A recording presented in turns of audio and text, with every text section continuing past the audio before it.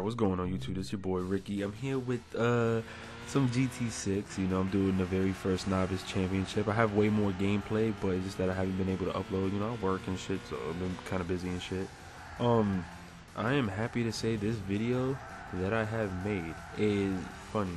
The last video I made, which was the why you can't compare GT6 to Forza 5, and then, you know, discussion, you know, last gen game with the new gen, which is the PS4 and Xbox One. You can't compare graphics. I mean, you can't compare a game like that because obviously what we expected from a game that is a next gen game, we thought it would have more features, better graphics, you know what I'm saying? Shit like that. And obviously we felt the last gen was only going to have a limited amount of things in it because we thought next gen was just going to dominate the shit out of, you know, PS3 and Xbox 360. Well, I was kind of wrong because the Xbox One's hardware, you know what I'm saying? I don't blame Forza.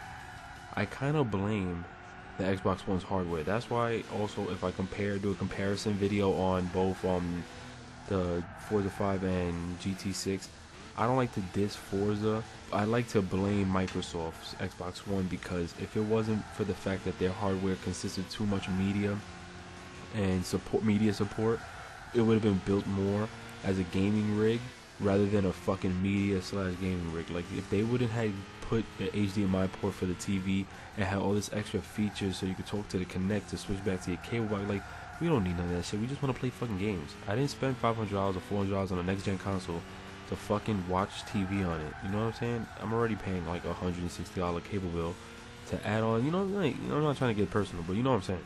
Let's get into this because I played both games. You know, they're both great to me. Forza 5, I'm gonna say they're graphically better than Gran Turismo 6 because of the fact they're next gen. So yes, they are graphically better. The sound effects are a little bit better than Gran Turismo 6, obviously. Not too much. They sometimes get the same depending on which car, you know what I mean? But let's get into certain features. Both of them have now, because Forza 4 had the Auto Vista, same thing with Forza 5 has their Auto Vista, which looks beautiful because you're able to get into the car, look at details of the car, screenshot the car, listen to the details about the car and its year, you know, from the guy who talks, and it just looks great on the Auto Vista because it's next gen. It looks beautiful. Gran Turismo 6 has something called GT Vision, which is also great. Has like a quick video about a specific car, whether it's a concept or a car that's coming out in the future or something that was first made of design, whichever car company, and they have a video describing it being driven as well. And the only thing is you're not able to like scope around the car and look at it, you know what I mean, like how Auto Vista is, but it does give off a lot of valued information. And you know, GT Vision also, what I like, they show sketches and stuff like that, good design sketches on how this car was made, some mistakes that were made, you know, why they changed it, and this, that, and the third. So there's a lot of information. It's not like Auto Vista in the case where, you know, Auto Vista does look beautiful. You're able to actually be there, look at the engine, looks graphically banging. Forza 5, you know, they do the B class, C class, whatever the class is, you know, you go into different worlds, well, parts of the world, you do your races, this and that. But that gets boring after a time. What I like about GT6 is you gotta earn your license, different license for different spectrums, like the A class, the B class, the novice, and this, that, and the third. Like I'm doing here, I'm playing the novice championship. You know, it's for I believe it's A, and you earn your licenses, you try to get gold, and they have a lot of different, you know, different variations of modes to play from, which you don't get bored with. And you see, with Forza 4, I got bored quick because of the fact that you just kept doing races after races after races. Like, you didn't earn any license doing this. That's why I say Gran Turismo is more of the real life simulation, because they want you to sit behind the wheel of a car and live the life of a real racer, while Forza just, you know, anticipates and promotes car culture.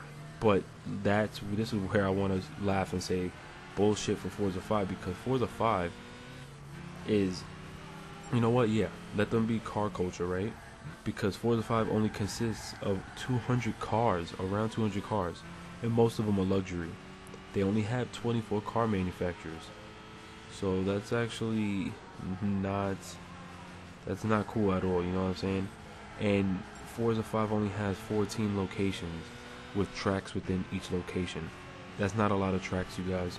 Mind you that Microsoft denied them access to the power of the cloud to also add in the day and night changes in the map, and rain and snow. So we don't even have that in Forza 5. But we don't, and I say we because I like Forza 5. You know what I'm saying? I play Forza 5, and we don't have that either. And these 24 car manufacturers is mostly UK cars. That's what I'm saying. Like, they favor the UK, and then it goes back to what people try to say, you know, GT, they favor more the Japanese cars. It's not that they favor more Japanese imports. Obviously, it's made in Japan, the game, but it's because the most used car in North America, all around the world, are actually Japanese cars. You got Hondas, Hyundais, Toyotas, Nissans, and more in the fucking whatever. Those are the ones that are used most around the world. Then you got some of the luxury and muscle cars, you know, Europe and North America, India, you know. So, hey, that's why they have a lot of those cars. But this one is what I like the most. See, what I like about Gran Turismo 6, the feature is they have a North America category, Asia Pacific, and Europe category, and it shows all the manufacturers in which is located within each, and which I like because it's very organized, and they have hundreds of cars. GT6 has over 1,200 cars, and with DLC they had talked about having over 1,400 and something cars in total by the end of by GT7's release, and that just defeats Forza 5 in terms of car culture, because, you know, Forza 5 was selective on their cars based on ratings and popularity and history of that car.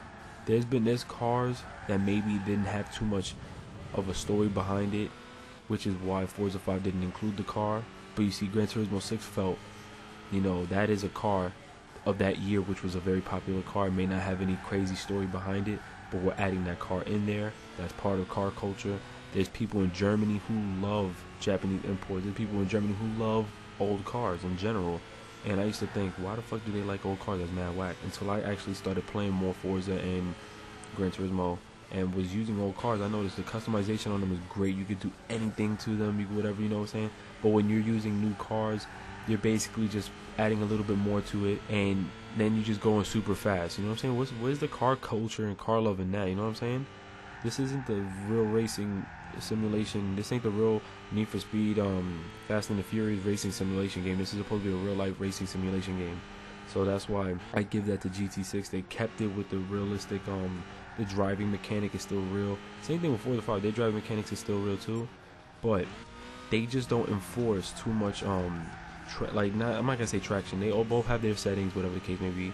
Just that Gran Turismo 6 puts a lot of pressure on if the way you drive. So you can't just get away with doing certain things. In Forza, I got away with so much shit. The way I drive, I could do little skids and I look like I'm fucking drifting. Nah, man, you gotta go in depth. In GT, you go in depth with whether or not your car's a drifting car or not.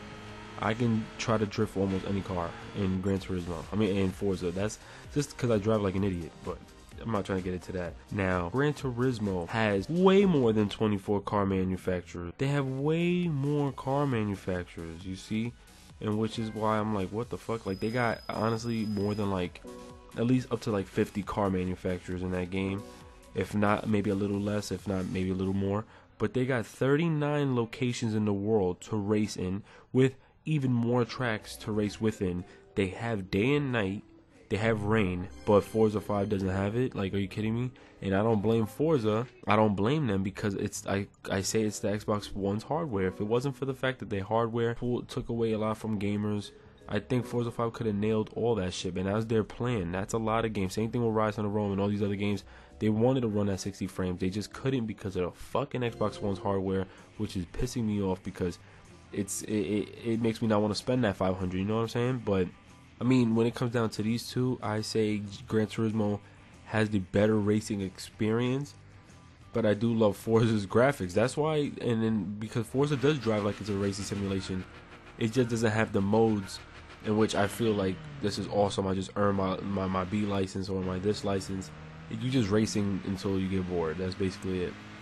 I know I love Forza though, you know what I'm saying, but I love Gran Turismo as well. And honestly, the car selections in Gran Turismo dominate Forza. And only a fanboy is going to be like, nah, but fucking my cock is small, man. Nigga, it don't matter to me. You guys give me your opinions. I hope you guys start that debate on this video, just like I did on my last video, because it was tough, you know. So no racist comments were given or thrown on my last video, which months ago, of the why you can't compare both games, which was cool. You know, people just got mad, people just defending. It was awesome though. So bring it here and holla.